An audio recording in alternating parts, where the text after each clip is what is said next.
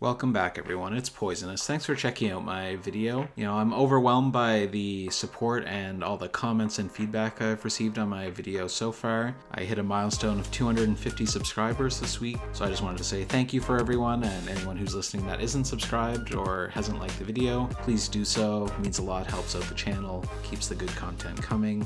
Today we're going to take a look at a new deck that I've built. My local has a lot of Ruby Sapphire players, so I wanted to think of a deck that was competitive against most decks but was especially punishing to Ruby Sapphire. So the deck that I've crafted for you to look at is a Purple Steel Location deck. I've included a link to the Dreamborn deck in the description for the video. Let's take a look. Starting off with our 1-drops, we have 3 Chernabog, 4 Diablo, and 2 Broom. I've been kind of playing around with the balance here. The Chernabog is probably the best 1-drop, but sometimes you don't get to activate its effect, especially if your opponent's running a lot of removal. So I've balanced it out by putting in a couple Magic Broom, but all 3 cards are extremely useful because they provide card draw to keep your engine running. This deck doesn't have a crazy amount of card draw and relies on, good cards replacing themselves whenever they can. We're running a limited bounce package with only 1 Snake and 2 Fox. Because it's kind of slow, our goal is to aggro out and win,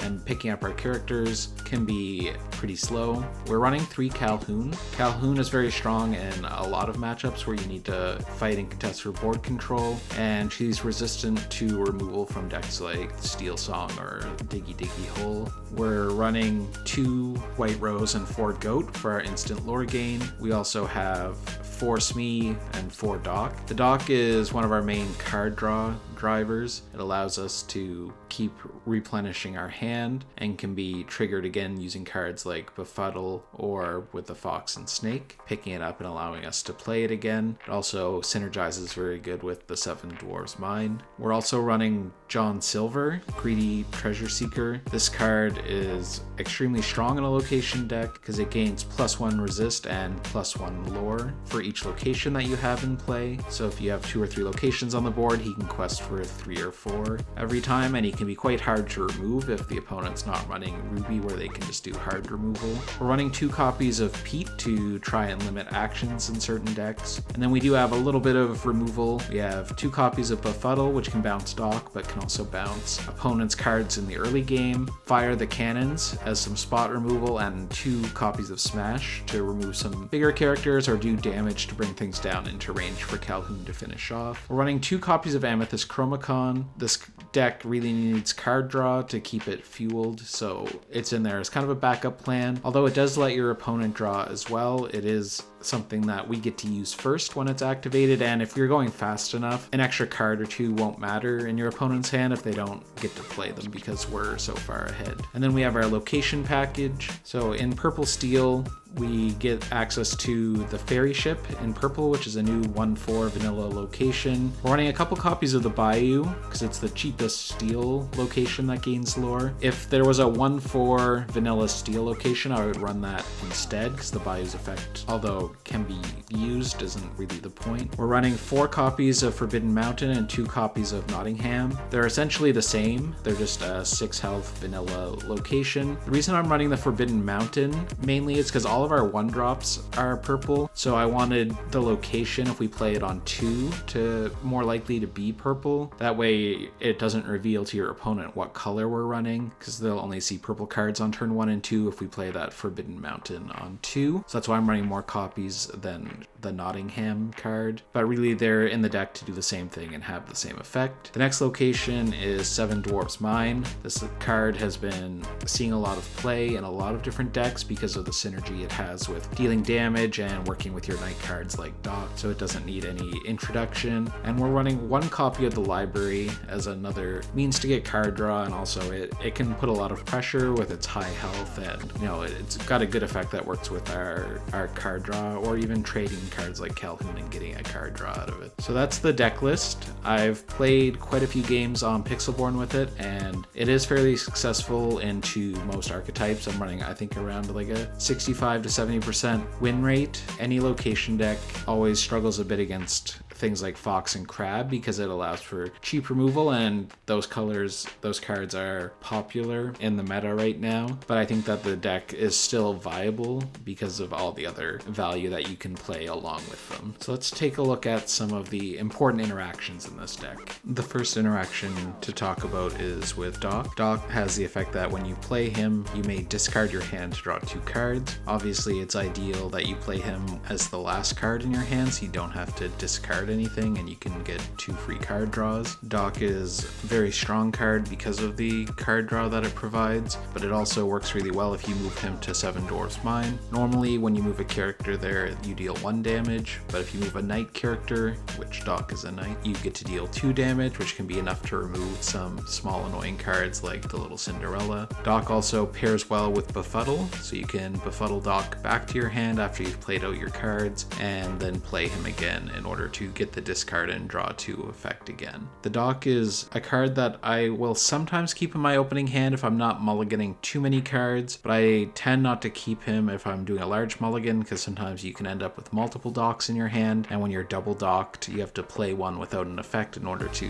play the next one and get the effect, and that's not ideal. The second interaction you can use with this deck is using the library. The library has the effect that whenever a character is banished there, you can draw a card for them, but you can really take advantage of this with our 1-drops. If you move Chernobog there, quest, and then banish him to draw, you get to draw 2 cards. Diablo is killed there, you get to draw 2, same with Mad Broom, so you can really stack up the extra card draw when pairing with the library, so it's quite a good card. We're not running a lot of copies because it's kind of slow in this deck, but we do have one there to take advantage of this synergy. The third interaction, and this is a big one with this deck, is with John Silver. So he's a 3/3 that quests for 1, but his ability lets him gain resist +1 and +1 lore for each card, each location card that you have. This means that if you had 3 location cards in play, he has got resist 3, but he quests for 4, which is a lot. I find that if you can get him out on turn 3, if you have 1 location, that's fine, but following it up by playing more locations, the turn that he's actually available to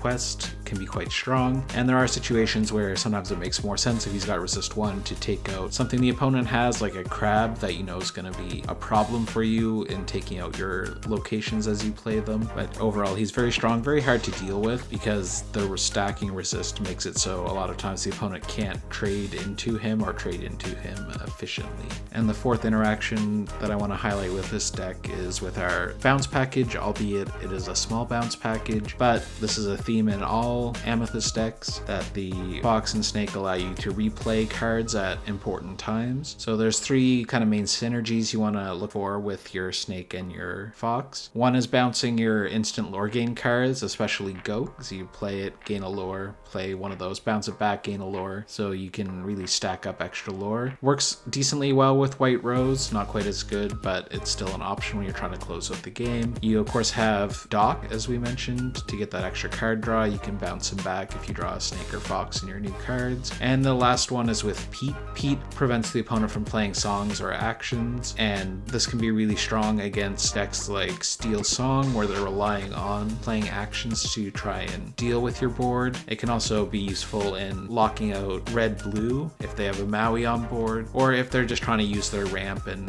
Vision of the Future and all their digging stuff to try and, find answers for your board. Playing a Pete and then replaying a Pete can buy you time to try and close out the game. Now that we've looked at these interactions, let's take a look at our opening mulligan strategy. On the play, our ideal opening is one of our turn 1 drops like Chernobog, Diablo, or Magic Broom. Fairy Ship or Bayou would also be fine if that's all you have, but I think that the options with the potential card draw from Broom or Chernobog are better than just playing a location, but a turn 1 location is also fine, especially on the play. It's going to get some lore and start counting down. I like a turn 2 with another 1-drop and a location, or 2 1-drops to really flood the board, start building wide, and that way if you need to challenge a character or do something with one of them, you have more options. We do have good 2-drops like Calhoun and Smee, so they're also okay, but I think a double 1-drop on turn 2 applies more pressure on the play. For turn 3, ideally we want John Silver. We already have a location out. He's going to have resist +1 and quest for 2, so he's going to be hard to remove. And then on turn 4, if we got the John Silver out on 3, putting down 2 more locations, especially 2 of the 2-drop ones with 6 health. Now John Silver quests for 3 or 4, and we have a lot of location pressure that the opponent has to deal with. That's kind of the ideal opening. You want to go wide, build out aggressively, fill up your board with locations, and get a sticky John Silver out there. On the draw, turn 1, we're going to play our 1-drops again. I think the location is not as good on turn 1 if we're on the draw. Turn 2, I think your Calhoun or your Smee are your best bet, something that's going to survive some early removal and possibly threaten your opponent away from questing. And then turn 3, we can look at playing out another 1-drop in a location, but on the draw,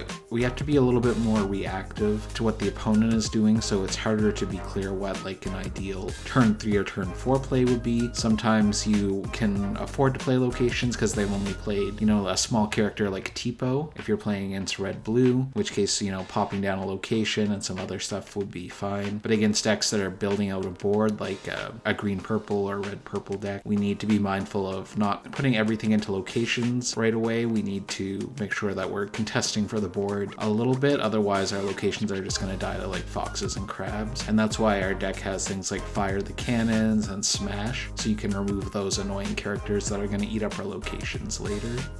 I think that it's a common misconception that an aggro deck is the easiest deck to play. You just fill the board every turn and turn everything sideways whenever you can. But I think that in order for you to succeed with an aggro deck, you need to be able to maximize the value of your resources, because otherwise you can run out of gas really quick and then it's easy for the opponent to come back and win. So carefully evaluating, you know, each board state and thinking, how can you make it last longer? How can you have your locations stick around? Things like that are, you know, considerations you have to take. It's not as simple as just playing everything all the time. Sometimes you can't afford to ink because all the cards in your hand are too good to ink. So you have to be a little bit patient, which sometimes flies in the face of what you think you would do with an aggro deck. But of course you do need to go fast, because the more time you give your opponent to build up into their big stuff, their, you know, big top end, the better off they're going to be, and we're going to have a harder time winning from that position. Up next, we're going to take a look at some gameplay. So I did a game on the play and on the draw versus Ruby Sapphire, just to show you how this deck can perform against that deck. First game,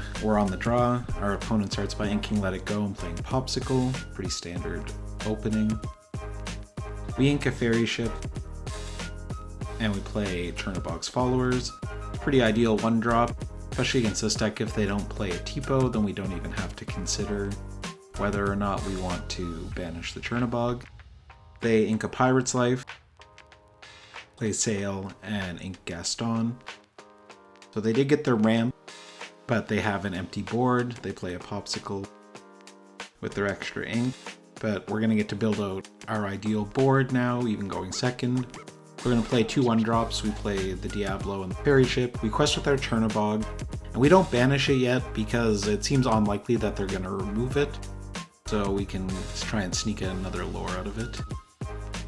For their turn 4, they ink a Hiram, play a Hiram, destroy one of their Popsicles, and draw 2. Over to us, we gain our lore for the Fairy Ship. Quest with both characters. I banish the Chernobog this time because it would be an easy pick for their Hiram. And we ink Smee to play John Silver. So this is a pretty strong opening. We can follow this up with more locations. We're going to be able to really put pressure on them. They ink Tipo, play Maui. This is actually really good for them. They get to remove the location, and now they have a big threat on the board that can keep removing our locations. They quest with Hiram to destroy the Popsicle and draw 2 cards.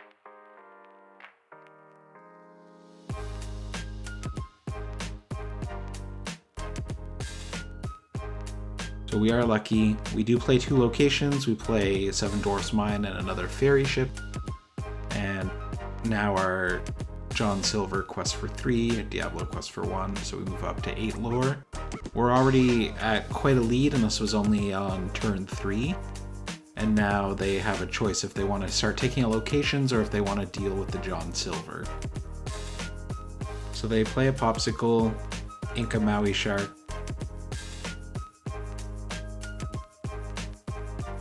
quest with Hiram to draw more cards. So they are getting a lot of card draw, which of course is worrying. They play another Popsicle, Maui goes for the John Silver in this case. I think that it's probably a wise choice, because even if they take a location, I could keep playing locations and he can quest for a lot. But of course that does leave them with a very weak Maui, something that we should prioritize taking out to protect our locations. So they play another Hiram, drawing even more cards. We ink a goat. We do 2 for a dock. In this case, we're only playing him to get the effect on the mine to remove the Maui. It's not actually an ideal time because I still had cards in my hand that I didn't want to discard. I was hoping to save the dock till my hand was empty, but we really have to prioritize getting that Maui off the board. So we play we quest out Diablo and pass it back to them. We spent a whole turn basically just playing Doc and moving him. Not very productive, but I think getting rid of the Maui is worth it. So they ink a Tipo, play Vitalosphere, banish it. Even with all the cards they've drawn, they're still continuing to dig to try and find more. So they brawl Doc, and then they also brawl Diablo, which draws us a card. Trying to minimize our lore gain at this point, but our locations are standing strong. So we gain 2 lore for our locations. They challenge the ferry ship with one of their higher. We play Magic Broom. We play Calhoun to banish the broom to draw another card, and we pass. So not a, super productive turn, but they also don't have much to deal with our locations, with those 2 Hirams only having 1 string. So they ink a Tamatoa, play Vision. Obviously here they're digging for some kind of answer like a Maui to try and go after our locations.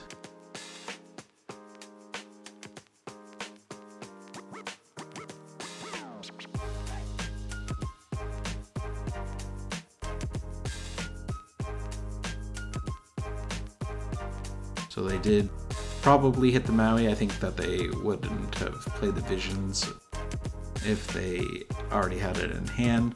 They take out the mine, and now we have another Maui that we need to deal with. So we ink Smash. For 4 we play Goat, and for 1 we do fire the cannons on Maui, doing 2 damage. This brings it in range that Calhoun can finish him off. Calhoun gains 2 lore on Banish, and we get rid of the Maui threat to protect our stuff, so pretty productive. I didn't really want to ink the Goat, but I believe that I have a Dock in hand here, so I was also trying to make sure that we could empty our hand to get some value out of Dock.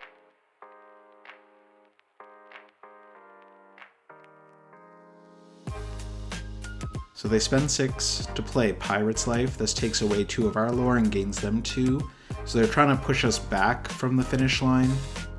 They play a Sail with their last 2 ink just to draw another card. They ink Brawl, and they finish off the ferry ship with Hiram, and then they quest with the other one.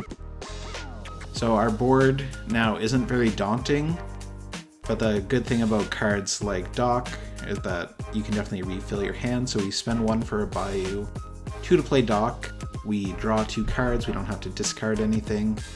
And for 2, we play the Forbidden Mountain and quest for 1. So now we have 2 locations and 2 characters, one of them being a goat, and all of a sudden our board looks, scary and threatening to them again. They deliberate for a while. They end up questing the Hirams. They put 2 low damage into the location, and then they play B-Prep to get rid of our 2 characters. We gain a lore for the goat. This is really not efficient for them. Obviously they don't have good answers for the cards we've been playing. And then they play Sisu just to get another character on the board. They do have a shift potential there. So we gain our 2 lore, go up to 19. We take out the Sisu to prevent them from the shift. And then we play a Smee. So now they have to deal with 2 locations and a character.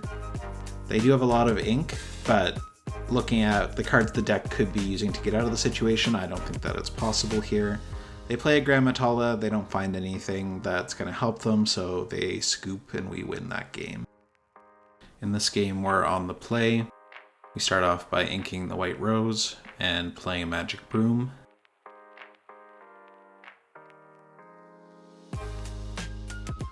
Our opponent inks Grammatala. They play a Popsicle and draw, pretty standard. We ink Befuddle. Play a Diablo and a Bayou.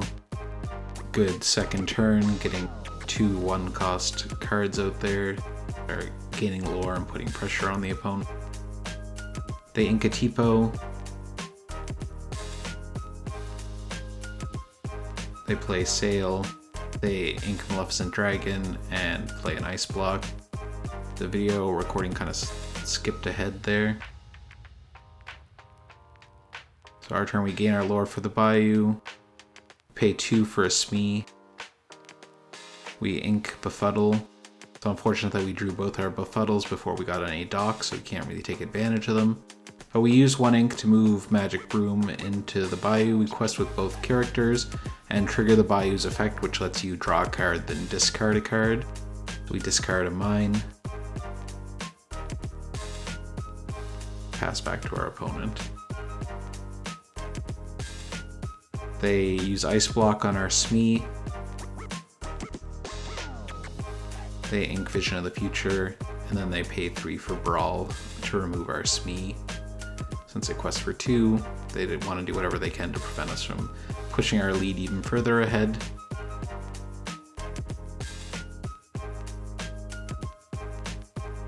So we ink a Nottingham, go up to 4 ink. We quest with both characters.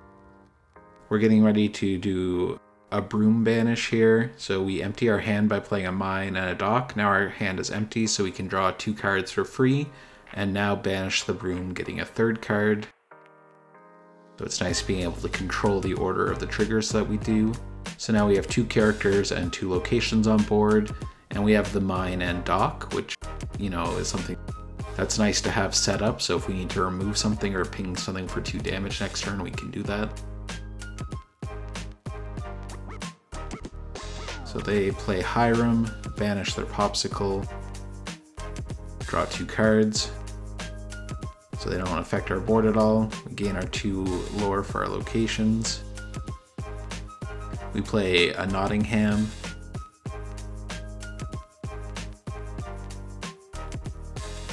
And a Calhoun. And then we quest with our 2 characters. So now we have 3 locations and 3 characters on board. And this turn they're only going to go up to 6 ink, so they can't do B-Prep or anything too dramatic here. They have their Hiram sing How Far I'll Go. This gains them another card and another ink, although it is exerted this turn, but it does let them ramp and gives them more options for what they can do to respond to our board.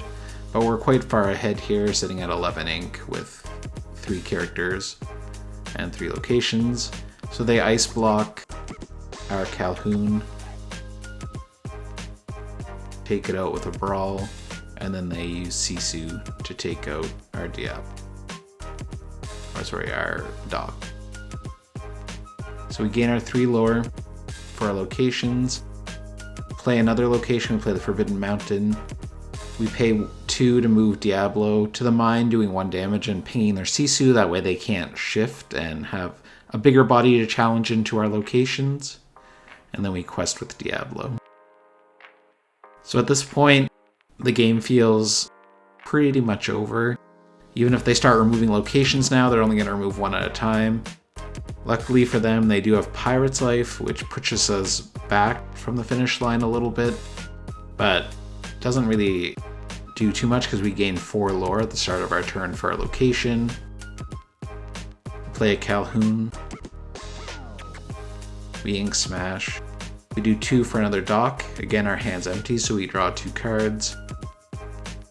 Pay 1, put out Bayou. Now we have 5 locations on board. Quest with our Diablo. So even if they remove the characters, they have to remove almost all the locations here too, so this game is over. So you can see this deck does quite well against the Ruby Sapphire matchup, which is something that you're probably going to see a lot at set champs. This deck could be a sleeper pick if you're looking for something to sneak up and take games away from people that aren't prepared for a build like this. It's a low budget deck, but I believe that it is quite strong. It does take a little bit of practice, so try and get those reps in now if you're going to bring it to set champs. Thanks for watching the video. As always, please like and subscribe, and we'll see you next time.